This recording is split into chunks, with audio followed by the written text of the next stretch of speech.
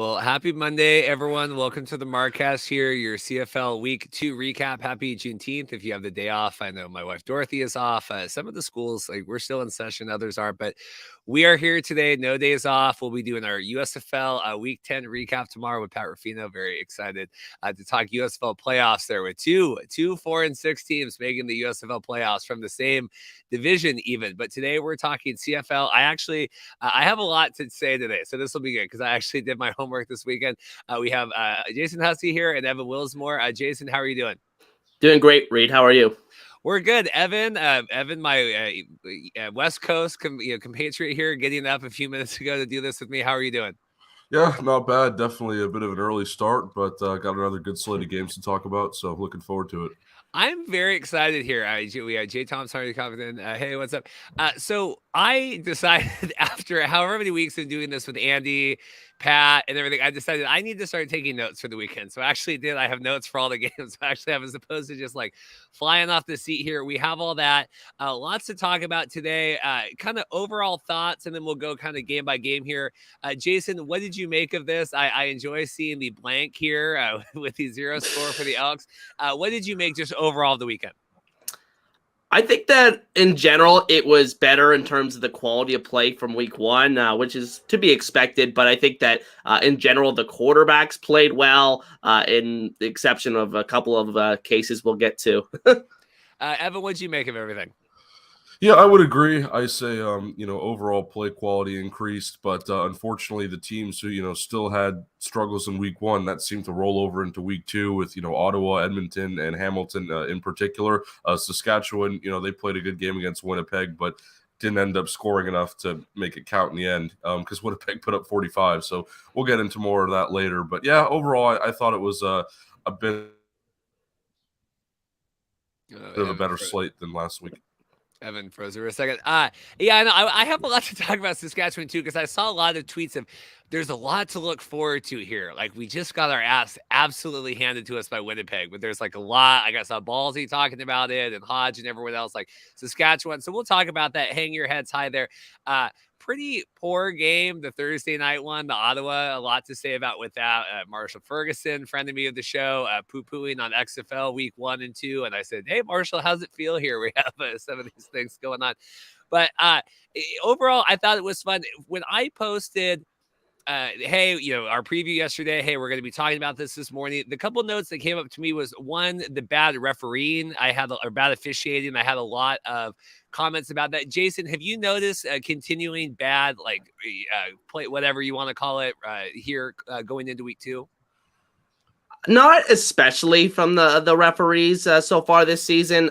Not more than normal. I think that the natural thing about the CFL game is that there's going to be a lot of flags. There's more flags, I believe, on average than an NFL game. So, I'm just kind of used to it with the amount of penalties that are called. But maybe there's some specific cases that people would point to, but none that really pop into my mind. And then it was we had some roughing the passers and things. I was curious, if it's one person, we just have 3-4 people commenting on that. I thought it was at least something. Has that stood out to you as more egregious than others? Evan, are you alive? Oh, me? Sorry. Yes, okay. No, if we're going to talk about, the refereeing, I think it's, in all of these leagues, I've heard complaints, especially, in the XFL and the USFL, because those are newer products. Obviously, the CFL's been around for longer, but I haven't noticed anything that stood out too much. Every now and then you're going to get a bad call. It's just, maybe not right. And there were definitely some things in that BC Edmonton game that, you could maybe, I don't know if the referees maybe in that one had the best grasp, but they still figured things out in the end. And I thought, it worked out all right. So I don't know. I wouldn't sit here and complain about the refs. Given just football in general nowadays, there's a lot of blame on the refs in any league, like I was saying earlier. But I don't know. This to me just seems like, classic, oh, your team lost, so let's try and find a, excuse to make it seem a bit better. Yeah. The other thing too, I'm continuing to see people harp on the live stats being updated. Now, obviously, we're here today, kind of going through the box score. Am I missing? Is it real time? It's not going on there. I've seen Hodge complain about that as well. Jason, are you tracking the stats? Is it this thing? Am I missing where the problem is? Yeah, so if you were to check during the game, there would be no stats available on anything, TSN, Google, Sportsnet, whatever you usually find CFL stats. So they don't have any live tracking on, and a lot of the times, like a while after the game, they don't have it posted. So that's a major problem, I think, for any professional sports league to have.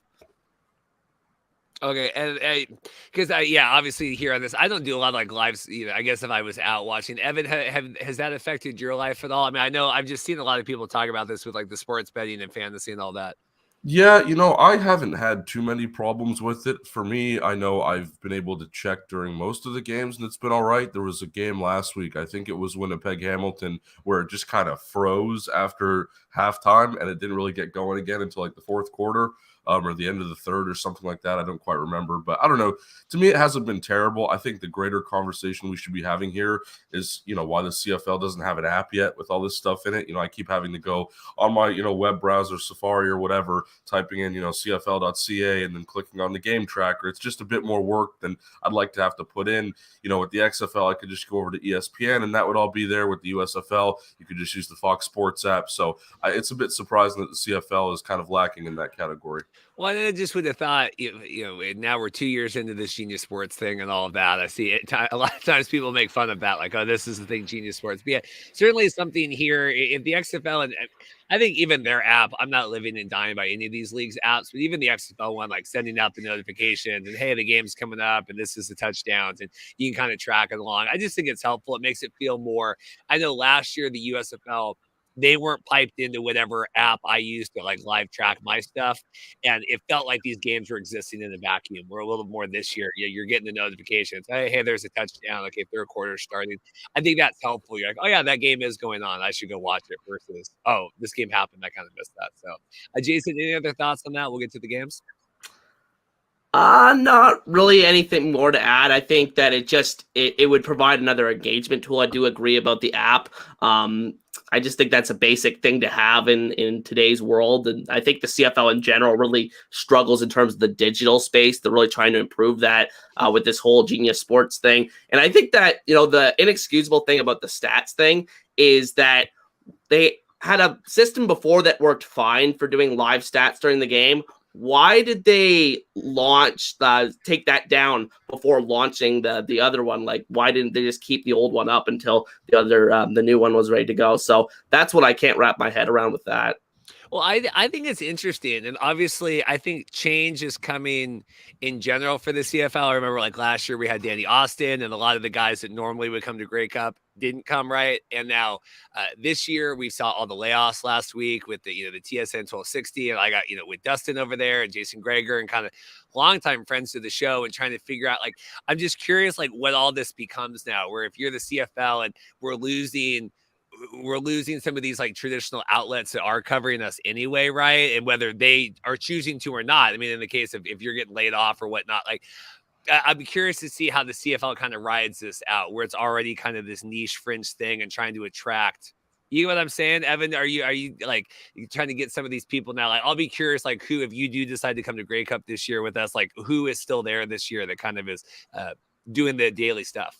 Yeah, I mean, it's interesting. There's definitely a lot of people in this space. I think it's similar to the league where, maybe there's been a lot of things that have been the same for a long time. And now you're starting to see some changes, especially after the pandemic. I mean, the CFL, missed an entire season in 2020. And I do think that plays a role into some of the sort of, I wouldn't say lack of interest because there, are longtime fans that have stayed loyal. But I think it's just harder now to kind of attract, new people into this market, especially people like me who are younger. It's really difficult because, like you said, it's a niche product. And now we have so many leagues like this just in the United States, between the XFL and the USFL. I think people would rather, spend their time with that because it's more local as opposed to, doing something with the CFL, which is technically an international product. But yeah, no, I definitely agree. There has been a lot of turnover, and it will be interesting to see, how is this going to go in the future, not just from all the stuff we talk about, on the football side and the operations side, but the media side as well. Jason, anything else to add? Not really, but yeah, I do agree that it's incredibly hard to attract the younger fans in this day and age. And I think that the biggest problem is, like I was saying about the digitalized content. It's really important for this today's day and age for companies and businesses to really reach the consumer on the platforms that they're currently on. I don't think the CFL does a very good job of doing that. So that's definitely something that they need to look to improve in the future if they want to survive, All right. Let's go here. I guess we'll start at the end and work back. This was the game I saw the least amount of, but I certainly caught up on the highlights and kind of everything else. Sway Kelly making his big debut here, Chad, for the Argonauts, thrashing the Hamilton Ticats. I called on the show. Was it our pregame show? I said, Bo Levi Mitchell is going to be duty this year. Has played, poorly in 2 games. We'll start with Jason here. What did you make of the Ticats 14-32 loss? Well, I was in attendance at BMO Field for this one. Great seats, but unfortunately for me, as a Tiger Cats fan, it was just more of the same from week 1. I think that maybe they played in general better than they did in week 1, which is funny because they lost by more points. But I think that a couple key things are the key red zone interceptions in the first half. Those took really, points off the board for the Tiger Cats. Even if you get 3 points there, I think it would have been a completely different game from that aspect. Just really bad interceptions from Bo Levi Mitchell. I think that the play calling for Hamilton was very predictable. Run on first down into the line for 2 yards, and then you're stuck in second and long. So I think there was a lot of those situations. So I'm not impressed with the Tiger Cats offense through 2 weeks. My panic level is probably about to a 5 with this team right now because, of what we've seen the first couple of weeks. But we have yet to see this team play at home. They've arguably played the 2 best teams in the league the first 2 weeks. So I'm, kind of holding back a little bit of my concern for that reason. But at the end of the day, pretty disappointing start to the season for the Tiger Cats perspective. Evan, initial thoughts on this one? Yeah, so from the Hamilton side, I definitely agree. The play calling needed to improve. Bo Levi Mitchell, I said last week, it's going to take a couple games for me to really decide, whether or not he's just progressing in his career at this age or, whether it's a situational thing and, maybe he's going to get better after, falling out in Calgary the past couple years. But to be honest, after last night, I'm already starting to draw the conclusion that, maybe this is just age and it's just not a great fit. Matt Schultz came in like the middle of the 4th, like start of the 4th kind of, and honestly played better, I think, than Bo Levi did pretty much the entire game. And, Matt's someone I know personally. I interviewed him about a year ago, good friend. James Butler played well. He was, of course, the big free agent addition for them over from BC. And then Duke Williams, who came over from Saskatchewan, had a nice game. But outside of that, I don't know. There wasn't a lot to write home about for Hamilton. Unfortunately, that one never really felt. I mean, by halftime, even it was 22-6, and I was kind of sitting there like, do I even keep watching? And yeah, to be honest, the rest of the game just kind of went about as I expected. But for Toronto, it was a great way to start. Their next season after the Grey Cup, especially with Chad Kelly, quarterback. He had 3 rushing touchdowns in that game and had he was pretty efficient passing too. I mean, what is that? 213 yards on 14 completions. So he was impressive. And then that was I would say the best part. And then also what's his name? Quantez Stiggers. Give him a special shout out. He played defensive back in fan-controlled football. Didn't play college football at all, so that was definitely a good story to follow. And he had an interception in that game. Excuse me. And then, I think overall that went about as I expected. I mean, Toronto, to me, was going to win that game, especially given that it was at home. They're raising the Grey Cup banner, everything like that. It felt like a Toronto win. Again, maybe expected Hamilton to put up more of a fight. It was similar to last week. Like, obviously, Winnipeg is a tough opponent. Hamilton's definitely had 2 really tough opponents. You're playing both the teams that were in the Grey Cup in the first 2 weeks of the season, and you're playing, you're doing that. So that's pretty difficult. And ultimately, they didn't put up the effort that I thought they could, but hopefully that will improve in the games to come. Although right now I'm not so optimistic, I guess you'd say. Yeah, Evan, with Quantes, wasn't it? I was reading that Dunnigan was trying to talk about fan control football, or they were trying to talk about it on the broadcast. Is that accurate? All he said was a league where the fans called the plays, but he did not actually say fan controlled football. I did pick up on that. I was kind of waiting for him to say like FCF or fan controlled football or something along those lines, but it didn't happen. So. Somewhere Patrick Dees is shaking his fist. Like, no. It is funny though, like the way they'll go about talking to these players outside of, when they ever talk about McCall Thompson a lot in the USFL. It's when he played up north, or he played in a different land, or he played in a different. You're like, just say that CFL. Jason, I was reading on here. How was Hamilton favored coming into this match? I think it was around a 2.5 point spread in favor of Hamilton, believe it or not, which was kind of shocking. I did actually on my channel I did take Hamilton to win the game by 1 point, but I just had a really tough time picking this game this week. I really should have seen the effort for the Argos coming out of the gate. I really should have seen that coming. So I'm kind of disappointed that I didn't take the Argos in this one, but the Tiger Cats were surprising favorites going into this game.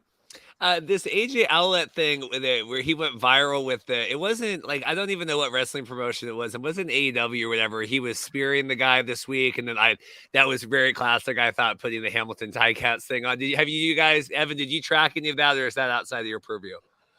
I mean, I saw a bit of it around on Twitter. I know that he's been doing wrestling stuff, and I don't know how long he's been with the Argos now, but he's been there for a decent amount of time. He had a good game. I don't know if I mentioned that earlier, but he was someone who definitely carried the rock, and whenever they weren't passing it, they were definitely running it with him effectively. Him and Andrew Harris had a couple of carries, and he scored as well. So yeah, that was good to follow. But I didn't really. I don't know. I wasn't. I don't know. Yeah, exactly. What wrestling league he was competing for, how any of that works. That is above my pay grade, I will say. Jason, did you track any of that? Because I thought that was a pretty good. I want to pull it up. I thought that was a pretty good viral thing for the US or for the CFL to have. I didn't actually see the video of it, but I did hear that he was. I believe it was some wrestling thing in Toronto. Yeah. AJ Willette's got Greektown, don't cancel us here. How dare AJ Willette do this? Spear! Holy crap! I mean, this is classic wrestling. He's giving Jock the ring. Giving him the Grey Cup ring here. No. This is not. This is going to be a championship right hand by Jock Sampson. Don't violate a piece of championship memorabilia like this, not in this ring. Oh, God! Trent Gibson is out. I mean, that's just classic on there. Does that do anything for you, Jason? I'm a wrestling fan. I get excited watching that. Yeah, I love that kind of thing. Anything to get the logo of the team, or the association with the league out there to more eyes, especially for a niche product like the CFL. I think that's important. I'm not a huge wrestling fan myself. I never really grew up watching the WWE, but a lot of my friends did, and my brother was a big fan of it growing up. In fact, we were actually talking about it on the Go Train back last night. Yeah, see, this is here. I won't play the audio again, but they obviously they took it and they superimposed the Ticats logo here on the poor gentleman. And so I thought that was funny. I mean, that probably makes you cry a little bit there, Jason. But I thought that was funny they did that. The other thing with this, Chad, living up to, I think, the expectations. Evan, I know, obviously coming off of last year and he helped win the Grey Cup. But, McLeod was in there, and then him going. There was just.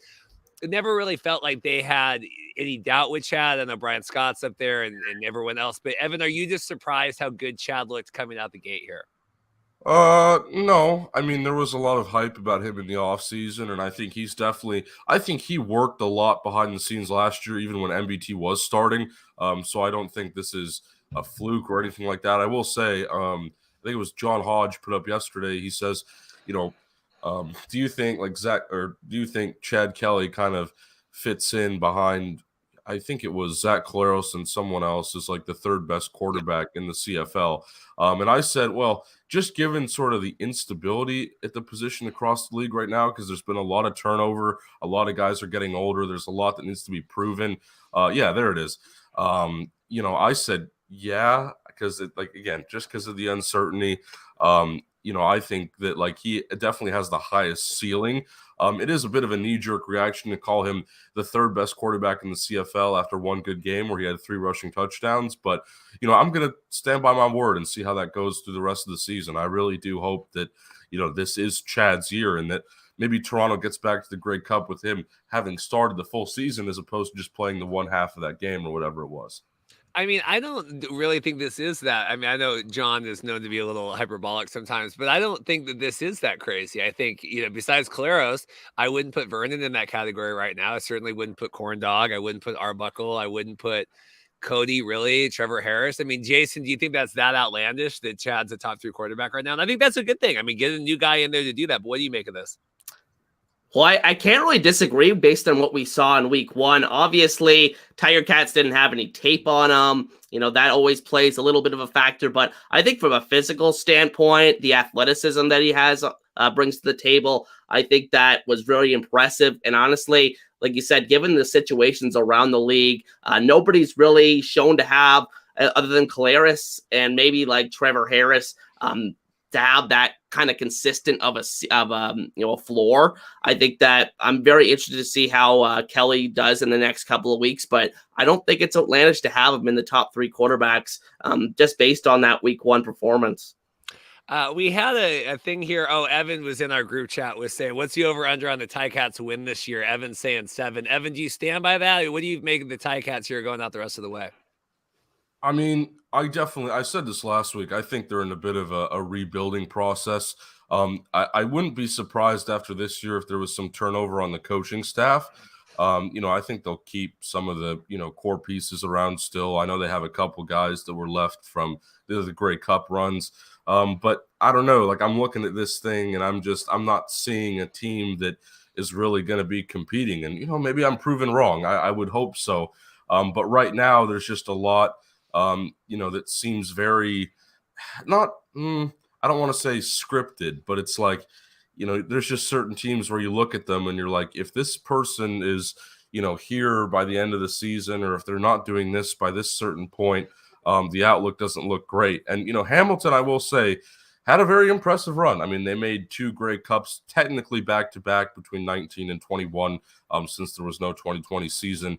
Unfortunately, they weren't able to capitalize on that, and that was definitely a bit sad, especially because, I used to cover the Tiger Cats for a bit, and it was fun to see them go all the way. But, I think right now, especially, again, on the coaching side, I mean, we talk about the players a lot here, but I think there's a lot within that organization at the higher levels, that could be potentially looked at in a different way at some point. And that's not trying to discredit anybody. I think, Coach Steinauer has done a good job there, right, over the course of a couple of years. But it just kind of gets to a point where, you're being figured out, I think is what I'm ultimately trying to get at here. That's my, sort of lead is they've been, they've had their run, but now it's you switched quarterbacks. There's a lot of things that are different for them already in this short period of time.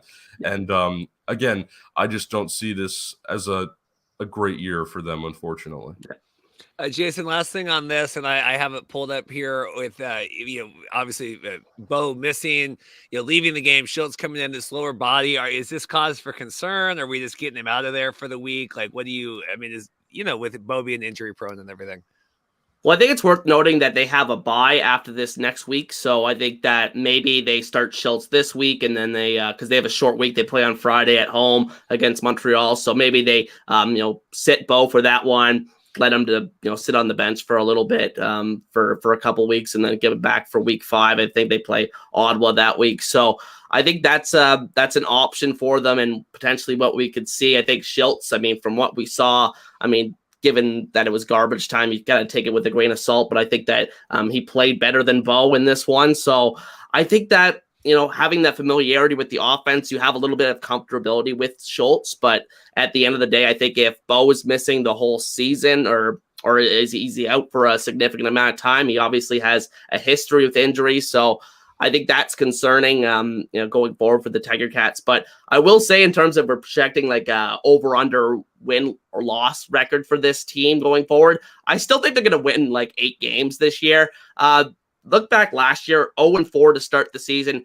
Traditionally, this team is a slow starter other than the 2019 season where they went 15-3. So I'm not too concerned. I think they'll probably, figure it out, get a 3 or 4 game winning streak somewhere in there. But at the end of the day, it's disappointing to have another slow start for this team. And I do agree that there could be some changes on the coaching staff. I think that Orlando Steinauer has kind of lived off the success of June Jones, who was the previous head coach, an offensive guru who, turned Brandon Banks into a receiver, into a great receiver that is, other players and, transitioned them into this great, powerful offense. And you've seen a decline every year in terms of their offensive production. So I think that's super concerning, considering that, that Steinauer is a defensive head coach that doesn't really bring too much to the table in terms of offense. I think that Tommy Condell's been there for a long time. So, I mean, maybe it's getting a little bit stale. So I do agree with Evan that there could be some changes coming by the end of the year if this continues.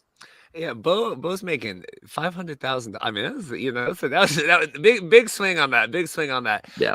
Coming up here. All right. So now we have. This was my my crowning life. I have my BC Lions hat on here. Not quite as electrifying as the Nathan Rourke 5 touchdown, whatever the heck it was, game last year. That was like the greatest home. That we had One Republic and kind of all that stuff. I did laugh. First off, I thought to the game, Evan, and then I have a couple jokes here to make. Yeah, I mean, this game, well, unfortunately, I mean, I expected BC to win, and they did. But again, I'm probably going to focus more on the team who struggled here, and that was Edmonton, being shut out for, I think it was the first time in 50 years or something, close to 50 years, since the 70s anyway. And, ultimately, this is just not acceptable by any means. And I know, again, I'll get to BC in a minute, but I think we need to talk about sort of the urgency here for Edmonton. And I said last week, this is a team, the leash really isn't that long, for a lot of players and coaches here because of their struggles in previous seasons. And so far, it almost just looks like they're regressing even more. I mean, scoring 0 points in a game, even if BC, turns out to be a 10-plus win team this year, which I think they will be, that's just quite frankly unacceptable. I mean, 91 passing yards, 1 turnover for Cornelius. I mean, you have to ask that question of when does, someone like a Trey Ford come in, or Kyle Oxley, who did complete a pass in this game. When does one of those guys, get a starting opportunity? I know Chris Jones has talked ad nauseum about how Cornelius has developed, and, he's been with Cornelius now for 3 seasons, but it gets to a point where it's man, I mean, come on, if it's not going to work, it's not going to work, and again, I don't want to sit here in week 2 saying that Taylor Cornelius can't do anything for this team because there's still 16 games left.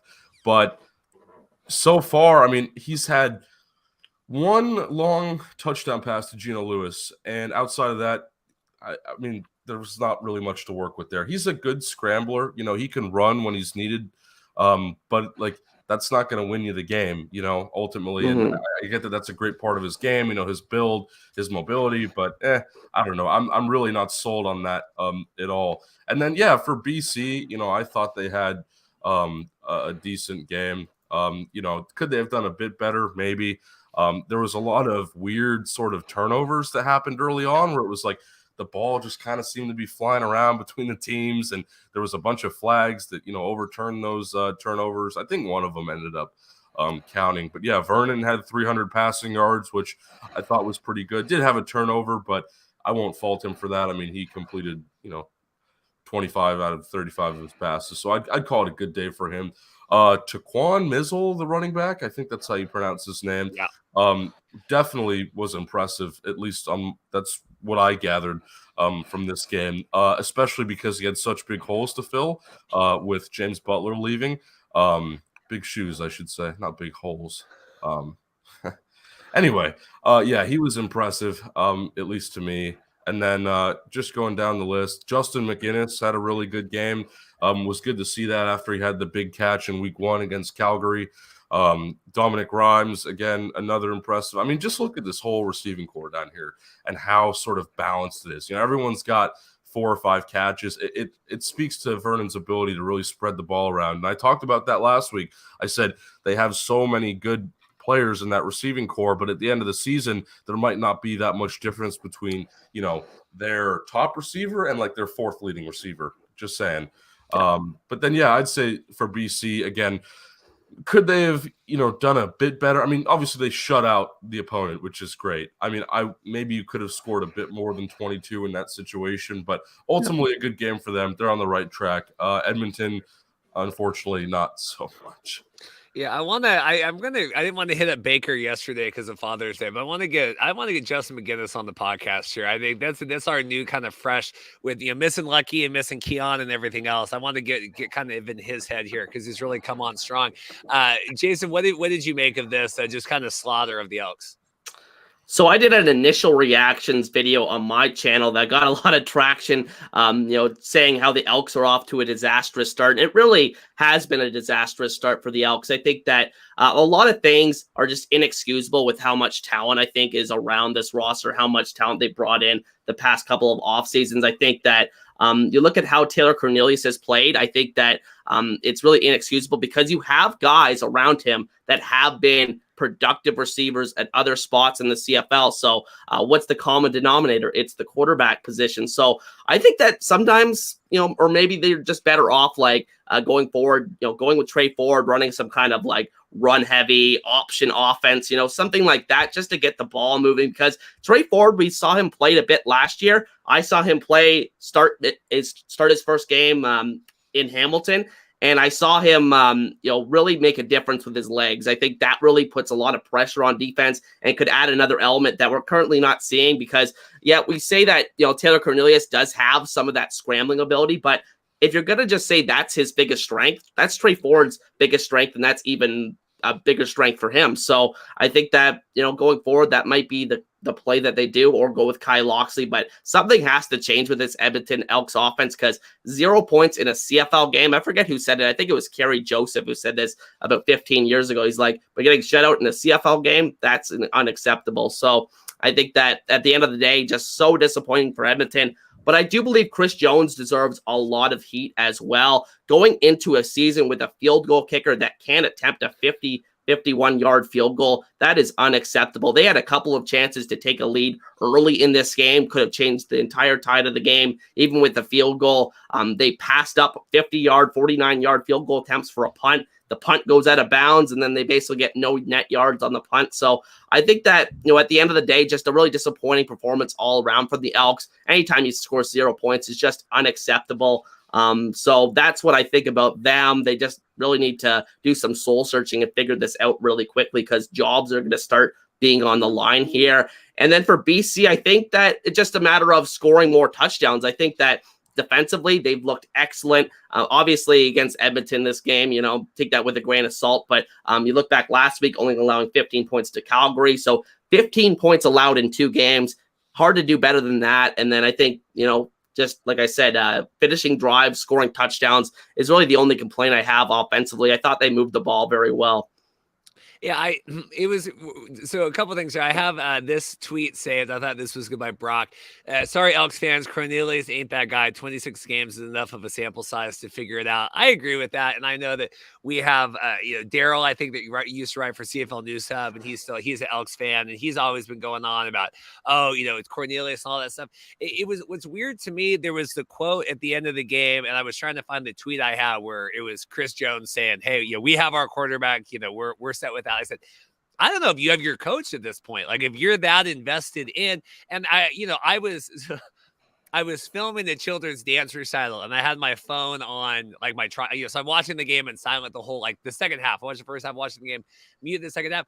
And like, I'm seeing Kyle Loxley warm up on the sidelines. I'm like, why the hell are they? I'm like, oh, they're going to put in, Kai here at the end of the game and get Cornelius out of here. Like, he finished the game. I mean, Cornelius finished the game. I thought that was weird.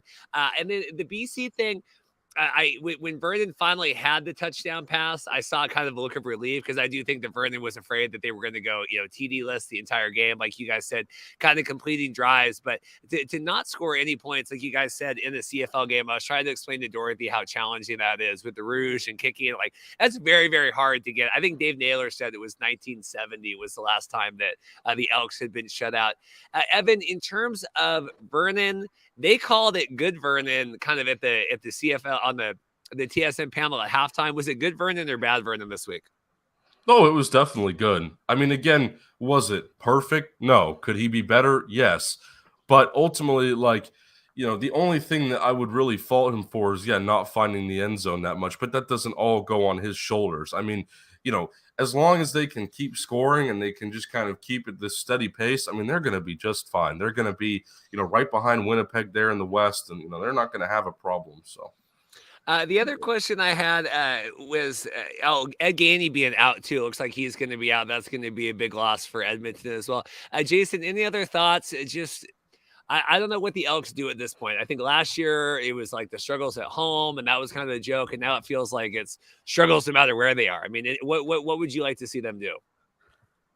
Honestly, I think I would go with the quarterback switch. I think, like you said, 26 games is enough of a sample size. And I think the big thing is we haven't seen any progression from Taylor Cornelius at all. So I think if he showed some signs of getting better, stringing some, good stretches of play together, I think you could justify having the position that Chris Jones has and saying that he's our starter going forward. But at the end of the day, we haven't seen any kind of consistency from him or any kind of progression from him. So I think I would look to the quarterback position because, like I said, you're wasting the talent of all these great receivers around you. I think Dylan Mitchell has -5 yards in 2 games. That's pretty rough because he was expected to be a breakout star in the CFL this season. I had him on my top 50 players list. So, at the end of the day, I think when it's hurting the players around you and that you really have seen the players around him succeed at other spots in the CFL, it really shows you that the problem is the quarterback position. And also the offensive line hasn't looked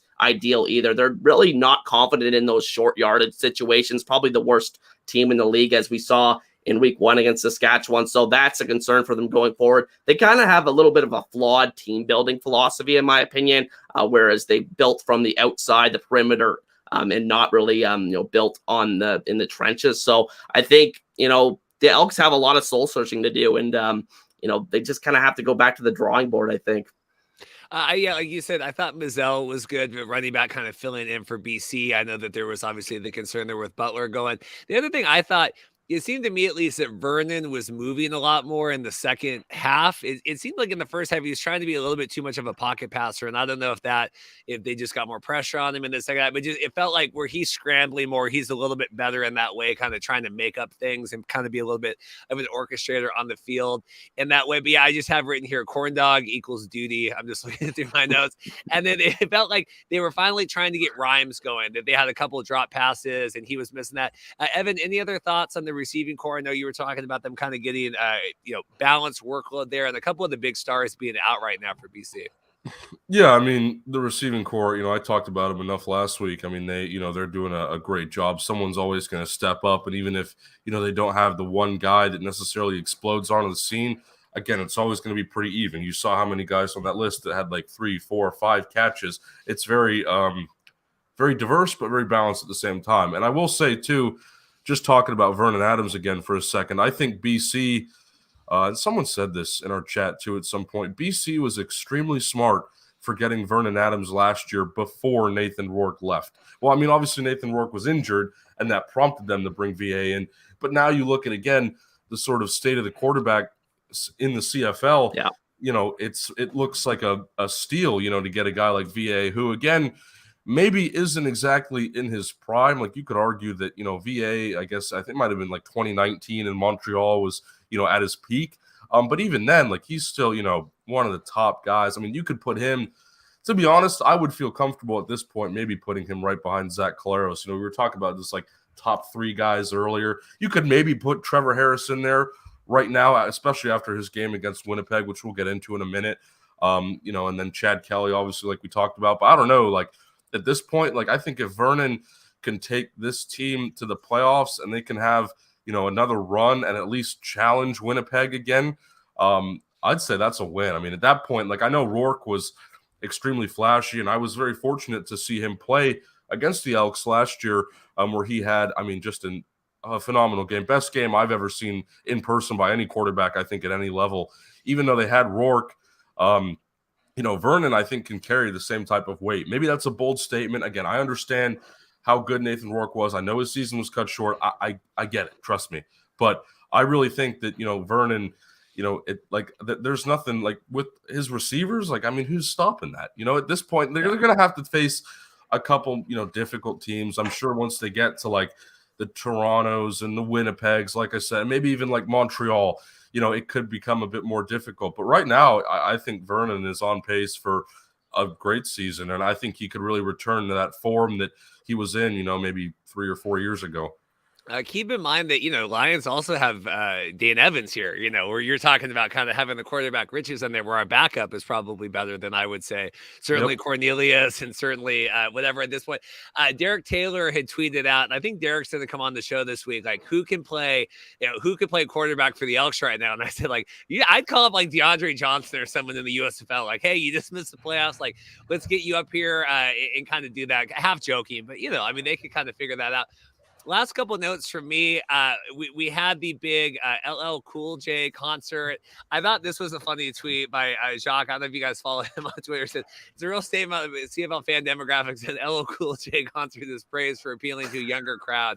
I thought that was good, but looked good. I appreciated the sweet shots of Amar hanging out with LL, like in their, whatever, in the owner's suite or whatever that was. I thought that was cool. And then I saw the tweets that I know that Edmonton did the Christian Salisbury kind of tribute last week. And I thought that was nice that BC kind of had that going at the beginning of the game as well for him. Obviously, passed away too soon, and with the Edmonton, and we've tracked him through all the other stuff. Jason, any other thoughts? We'll kind of double time through these last couple games here. We're going long, but this has been good. Yeah, I think I agree with you. What you guys said about Vernon. I think he has a chance to really rejuvenate his career here, and you're starting to see the signs of it. He played really well at the end of last season, so I'm glad he's in a situation that's very conducive to the way he plays. And, they may not be as explosive on offense as they were last year, but I think this defense could be even better than they were last year, as we've seen the first couple of weeks. So I think that we're going to have to see how they play this Thursday against Winnipeg. That's going to be a big test for them. But I'm excited about the BC Lions, going forward. So we had the game here. This was the game I saw the least of. Like I said, Winnipeg really just kind of smacking around the Saskatchewan at home. I think they said that Winnipeg hasn't lost a game in Saskatchewan since 2019 or whatever. Evan, I know you didn't see much of this game either. This was the late Saturday game, but like I said at the top of the show, there was a lot of apologizing for Saskatchewan looking good, even in losing 27-45. To me, it never felt that incredibly close. Do you have any thoughts? And we'll toss to Jason. Yeah, like you said, Reed, I didn't get a chance to watch much of this game, if any. I went back and I looked at the highlights. Saskatchewan, they had a great day passing the ball. We can start with that. I know we already talked a ton about BC and their receiving core, but the Roughriders had two guys, Sean Bain Jr. and Tevin Jones, went over 100 yards. And then I heard a lot of praise about Samuel Emelis too. There was a lot of people welcome to the CFL type of thing. So that was good to see. And then on the defensive side, I know, again, we haven't talked much defense yet, and I fault myself for that. But Larry Dean had a great game, and that's obviously a familiar name to me and many others. Roland Milligan, who I talked about on the show last week, also had a pretty good game, I thought, with 3 tackles for loss. And then for Winnipeg, it was just they've scored, I think, over, because they had 42 last week against Hamilton. So they haven't even had a game yet this season where they've scored below 40 points, which is staggering. That's just unbelievable to me. If you want to talk about a strong way to start a season, that's how you do it. This is just the polar opposite of Edmonton. And I hate to, rain on the Elks parade there, if there is any parade, but I just feel like, it's such a contrast going from that game to this one, where you're looking at such a, diverse group of players. And, there's so many, what's the word I'm looking for? There's just so many, different outlets and options and whatever. I mean, if you look here, I mean, Zach Caleros, is posting like a similar stat line, close to 300 yards every game, 2 touchdowns. He's just kind of automatic with that at this point. And then receiving wise, Dalton Schoen, who obviously came on the scene last year, 8 catches, 145 yards. I mean, your day doesn't get better than that. You tack on a touchdown too. Extremely impressive stuff from him. And then on defense, they had, a couple guys that I'd say, stood out. Celestin Haba, who's a rookie, I want to say from Texas A&M Commerce. He had a nice game. And then Malik Clements had 5 tackles for loss, which was also impressive. Same with Brandon Alexander, the cornerback. So, again, good to see all those guys, kind of really putting things together again. Like, I was going into the season, I really wanted to see how Winnipeg would start, especially just coming off their Grey Cup loss. It's like, how do you sort of tackle that momentum? Like, is it going to shift, because there's a lot of moving pieces there. You've been good for so long. But to be honest, they retained a lot of their, core players. And, obviously, I think I remember when Andrew Harris left to Toronto, and that seemed to be a big departure. But Andrew Harris is getting older now, and I always knew like Brady Oliveira was going to carry the weight, and he's done that so far. So things like that, they've just done a fantastic job sort of replacing the few players that they've lost. And I think that's why they're in this position where they can score 40-plus points per game. Jason, thoughts on this? And I have a couple follow-up questions. Yeah, so I actually, believe it or not, despite the 18-point deficit at the end of the game, I thought this was the most entertaining game so far this season. There was a point in this game where Saskatchewan was matching Winnipeg punch for punch. Trevor Harris looked incredible in this game, especially considering who they had out in the receiving core. Obviously, Keon Schaefer-Baker is yet to join the team this season. He's out with an injury. You have Darrell Walker, who was out with injury. So I think that Saskatchewan looked great considering the guys that they had in there.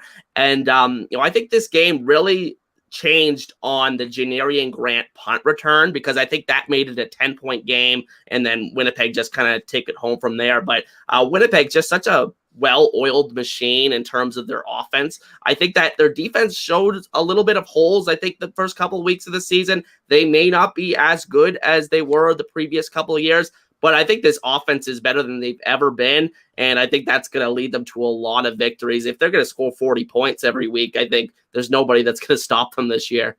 Yeah, was this the best punt return? I saw this at least top 3. I think Ben Grant was saying that as well. Top 3 punt return he's ever seen. Jason? Yeah, it was absolutely incredible. I mean, just count the broken tackles and how far he went like laterally across the field, making guys miss before he turned it up. So, I mean, Janarian Grant is an all-time punt returner, I think, for what he's shown the past couple of years in the CFL. The other thing I had, it ended the game, late game, when I finally got the game on, and Saskatchewan deciding not to go for it. We had seen Ottawa go for it on third down there at the kind of end zone goal line, whatever, in the Thursday game.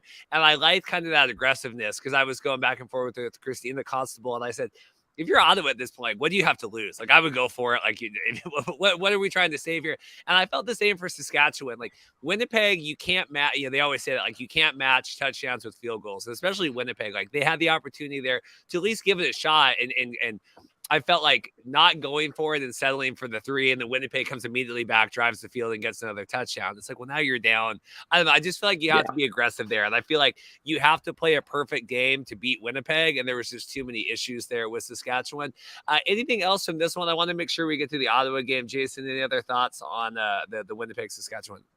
Well, I'm glad you brought that decision up, because I believe they were down by 14 points inside the 10-yard line, about 7 minutes left in the fourth quarter. So plenty of time left if they get the touchdown there to come back potentially in that game. But they decided to kick the field goal, and I'm just like, I'm a big proponent of always going for it if you're inside the 10-yard line on third down in the CFL, because if you turn it over, you're giving them a long field. Whereas if you kick the field goal, you're giving them the ball at the 40-yard line.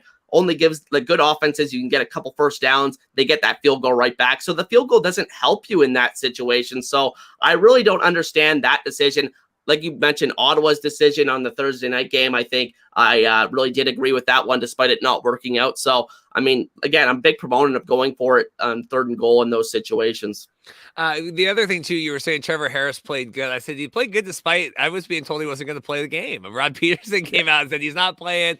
Trevor Harris is there. I know Andrew Murray was crying about that. I had anything else here. People say, Trevor Harris, whatever. And then the last thing, the pizza feud. What was going on with this pizza feud? The Winnipeg, Saskatchewan. Did I miss something with that? Is this a Canadian thing? I couldn't tell you. Okay. There was something with Regina Pizza being duty or something like that. So anyway, enough with that. All right, last game here, and this brought a little bit of joy to my heart because early on in the XFL season, there was a couple poor games, as you would expect from a startup league in the first couple of weeks of gameplay. Marshall Ferguson felt the need to chirp off on Twitter about the poor gameplay, and I was very happy to have Marshall Ferguson on the call for quite possibly the worst CFL game of the week, certainly of the season thus far, with the Calgary Stampeders beating the Ottawa Redblacks. Evan, initial thoughts on this game? Yeah, this one was rough. Definitely a rough way to start the week. I remember putting this game on and I was like, oh, geez, man, like immediately it just kind of stood out as like a sore thumb. And I don't want to, I know there's been, I heard some talk on Twitter about how sometimes when Calgary and Ottawa play each other, it ends up being like this. But I don't know. Like I was watching that game, and it's just one of those games where it's like, what are we doing? Like what is going on? Like, like I don't want to say I can do a better job than anybody that is in these sort of positions, but I mean, you look at it and you're just like, I mean, there's just so many things that could have been done differently. I will say the one thing that I was pleased about was Tyree Adams getting some action in at quarterback for Ottawa. The Nick Arbuckle thing, like he started the game okay, but still turning the ball over, still not finding the end zone. Like all those problems are still there, right? So I think, again, the Redblacks they've already started, maybe, I don't want to say making that transition, but like, would it be surprising if Tyree Adams, played again? No. I mean, he did okay. He still had a turnover as well, but like, a tiny bit more efficient in the pass game and had more passing yards. So I'll give that one to him. Just the whole game really felt, sloppy, I think is the word for it. And I'm glad that, the game, like right after that, I think it was Winnipeg, Saskatchewan was the game after that, right? The next day, yeah. Day after, yeah. So I'm glad that there was kind of that turnaround. But man, like, I'll just say it's with all that in mind, I'm glad that Calgary was able to pull through because I do feel like they were the better team here. Was it a perfect day for them by any means? Not really. They did all right on offense. Jake Mayer, 270 yards. Dedrick Mills was someone I had my eye on, really the whole game. He was being talked a lot as, like, again, he had, some shoes to fill there. And then Reggie Begelton, he's been with Calgary now for a while. I remember back when I first started doing CFL coverage, he had signed with the Packers or something, and then now he's come back and, still with Calgary, doing his thing all these years later, it seems like. So, good for him on that front. But ultimately, yeah, I mean, this game was just kind of one where you're like, you're glad it's over and you move on. And I think the teams maybe thought that too. I could be wrong, but like, that's what I just gathered from watching on my TV. Jason, thoughts? I had a quote here, Bob Dice, after the game. We have to seriously look in depth at everything we're doing as a coaching staff. We have firm belief. We just have to correct the errors because, like, Mazzoli comes back. This isn't a different team, I don't feel like. What did you make of this really pitiful performance by Ottawa? Well, one stat tells the whole story of the first two games for the Ottawa Redblacks. 0 offensive touchdowns. That's inexcusable. And honestly, Edmonton would be right along with them if not for that 102-yard touchdown by Eugene Lewis in the first game. So Ottawa, I feel for them because they've been stuck in the mud for the last several years here. I mean, this was a team that just in 2018, they were in the Grey Cup. I mean, and just the last several years here, we just have not seen them get anything together, especially on the offensive side of the ball. I think that, the first half of this game was very hard to watch. I think that once Tyree Adams came to the game, it was a lot more watchable. Calgary also played better offensively in the second half. I think both offenses played terrible in the first half. I think really the only touchdowns that Calgary got were off turnovers. So I think that was a really sloppy game from that perspective. But in the second half, I think Calgary got some things going. Good to get Reggie Bagleton going. He had a very disappointing year from in my opinion, last year. I think he was my number one receiver going into the league last season. So it was good to see him get going. Malik Henry had a big reception at the end there. But overall, I think that this game was won basically by one really strong drive in the third quarter by Calgary to get a touchdown. But other than that, I think that, Ottawa really just didn't get anything going. Again, not getting it in the end zone, and it's hard to win games like that. Jason, do you think that Mayer is kind of fallen off here, not living up, or how do you kind of grade his performance thus far?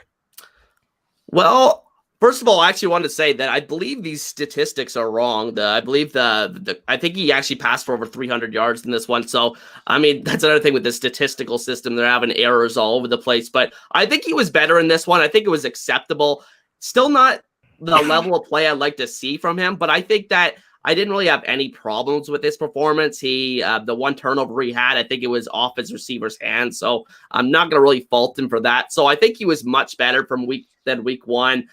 So I think that given the bar for quarterback play in the CFL right now, I still think he is one of the better quarterbacks in the league. And I think that, if he can just play like this going forward, even if he doesn't play any better than this, I think that, I think Calgary doesn't really have too many things to be concerned about going forward because the rest of their team is just very strong. They're always going to be able to run the ball. And that was a big difference from week one for them because against BC, they could not get that running game going whatsoever. In this game, Dedrick Mills had a huge game. So I think getting the running game going, allowing him to lean on play action a little bit more is a big thing for Mayer going forward.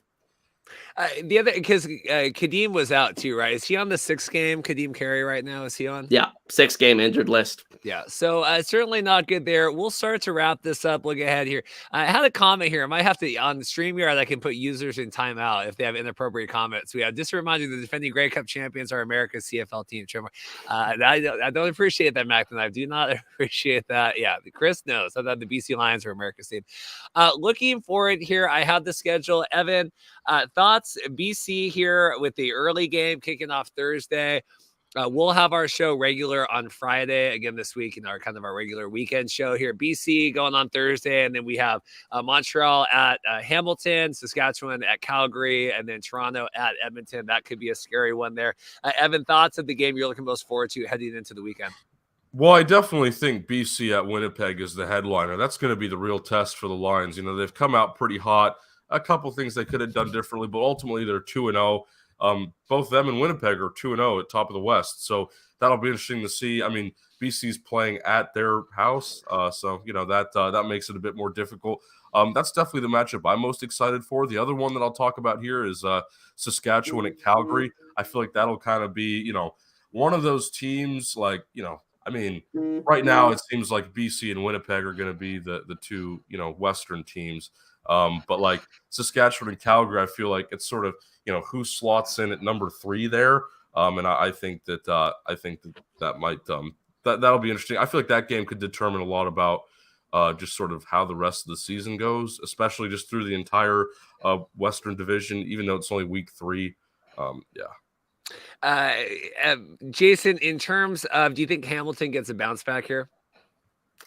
I reluctantly say they do. I do think they generally play much better at home year to year. And I think if Matthew Schultz is playing, I oddly have more confidence that they'll win this game. But Montreal's coming off a bye week, which is the Tiger Cats kind of got screwed a little bit by the schedule makers at the beginning of this season. Obviously, Toronto having the bye week 2. They have to travel to Winnipeg week 1, and then Montreal off a bye again here. So I think that's something to keep in mind. But I think Hamilton coming back home generally plays with a lot more energy there. So I think defensively they'll play a lot better, maybe get Cody Fajardo to throw a couple interceptions here or there. So I think Hamilton, I'm pretty confident in a bounce back for them. Mac the Knife here. You can win tickets to the XFL next year or the USFL 2023 championship game, which has not taken place yet. So we could still add 800 subscribers here before July 1st. So watch it there. And then Chris here, lots of emojis. I don't know if this is appropriate, but we'll put it on here. I think Cornelius got a lot of poop emojis here, and we're going to go beat the Argos that way. Should be exciting here. Evan, anything else from you before we get out of here? I don't think so. Like I said, I mean, I really want to see some of these teams that are struggling turn around. I mean, that everyone says that, but I really mean it because especially teams like Ottawa who have been in the basement for a while, and same with Edmonton, especially those two. It's just I really hope here that at least in the first month of the season that they're able to get a win and turn things around, because right now it looks pretty grim for some of those teams. Fortunately, teams like BC have continued to be strong, even though they've lost some key pieces. The Argos, they still had a couple questions, even coming off the Grey Cup win. Clearly not a problem yesterday against Hamilton. Hopefully they continue that.